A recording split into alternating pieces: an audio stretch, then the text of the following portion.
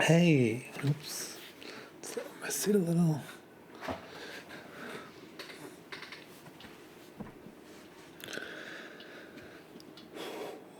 Welcome back to Happy Little No Trees. Today, I just wanted to talk about something that I've been kind of working on that's kind of exciting. But yeah, if you watched a previous video on deducing DEHANCER and saw kind of how I tackled looking at how DEHANCER did something even when you told it to do nothing. Well, this is kind of a continuation. I'm going to look at DEHANCER and Film Look Creator, and then this method that I've kind of been working on that I'm kind of excited for. It's not 100% done or ready for in terms of sharing somewhat, but yeah, let's just talk about it real quick. But yeah, so these are three film emulations right here. So we have red footage that is getting pumped in. This is my power grade for doing everything. That you can see here. And then we have over here, we have a DEHANCER taking our red footage through its system of converting it to do whatever it does and exporting it. It's currently set to Kodak Gold 200, Kodak 2383.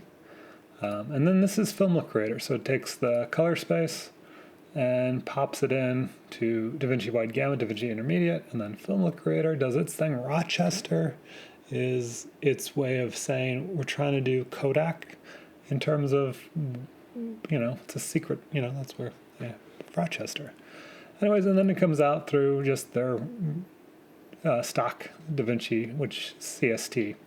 And that's the finished product that you get between these three things. Now, this is mine, and I think this is probably the truest sense of what if I can crack it, and get it, figure out even how to use it. It is the truest sense of film emulation, because you think about it. What I've done here is we have a bunch of stuff going on in Fusion under the hood, but ultimately what it does in Fusion is it takes our footage, converts it to red, green, and blue, and then using the dye simulator and another Technicolor simulator that I demoed in a different video, it parses out the density or the opacity or the shear of the red, green, and blue channels. And so you end up with a red line that when we look at the highlight function, it's red and black. And if we pop it over here and hop out to here and just drop in, let's just say generator, solid color underneath, and just tell it that this is, say, green. All right, so we're black, and when we go back to the color page, we can see how that happens all of a sudden. Where do we go? Up, you can see here on our finished product, like that is green. So we're reviewing that as a transparent layer of red over green. We can turn that on and turn that off, and that is our transparent layer that we're working with. And that's what we have going on for all of the stuff in the color page. And what's really cool about it is that we have that for green and we have that for blue, and that the level of opacity is based on how the dye simulator, which is reading, as you saw in any of the other videos on the channel, reading the spectral sensitivity of the dye layers. So you model it after a stock, both capture and print. So we have it as Kodak 5384, so something like Indiana Jones. And then we have the print stock is Kodak 2383, or the best modeling that I could make with it. And then we have the custom mixers that are just adding the red and green channels back together and adding the blue channel back in. And then we have our light up here. This is our projector.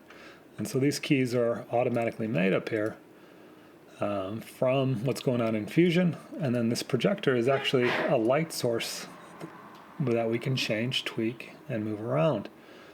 So if it's white, that's our white. We can turn off highlight. We're still there. We just pop this over, and you can see that our finished product is being modulated by this projector source.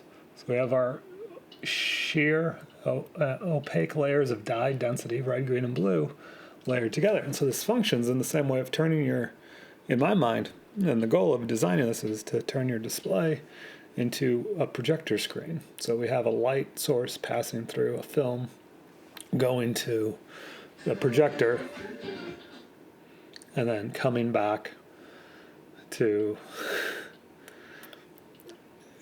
a light source going through the film of red, green, and blue in the dye density to the projector screen and then coming back to what we see in our eyes. And that is why I think this is the coolest little way of doing film emulation, because it really breaks down the whole process. We can tweak exposure of the different channels, kind of shape how it blends back together on its way out. And that, I would say, has kind of that nice Indiana Jones look and feel to it. Straight out of the box. We've barely made any tweaks. We just set kind of a D65 projector light. Compared to trying to do a Kodak, one of the Kodak settings for DEHANCER, and having it be Kodak, there's a lot of work that you'd have to go in either in here or in your node tree. Or Film Creator is alright, not too bad of what we have here. But I really like the control that this method is affording in terms of being able to dial in the specific blend of each channel, as well as choose your projector source and how that affects the image, just because those three layers are sheer and you can see right through them. And you can see how changing the projector source actually changes the entirety of the image and what it's layered on. So much fun. Anyways, this was Happy Little Node Trees. If you enjoyed that, please like, subscribe. I'll probably do a deeper dive breakdown of what this looks like in Fusion and what I'm doing there to get to this point of having red, green, and blue outs with their mapped channels.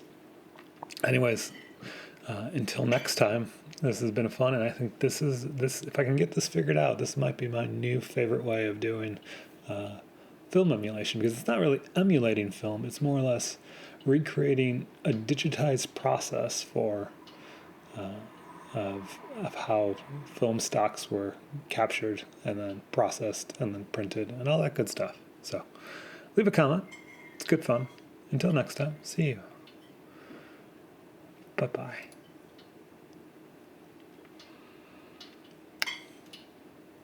I'm going to stop recording, hopefully.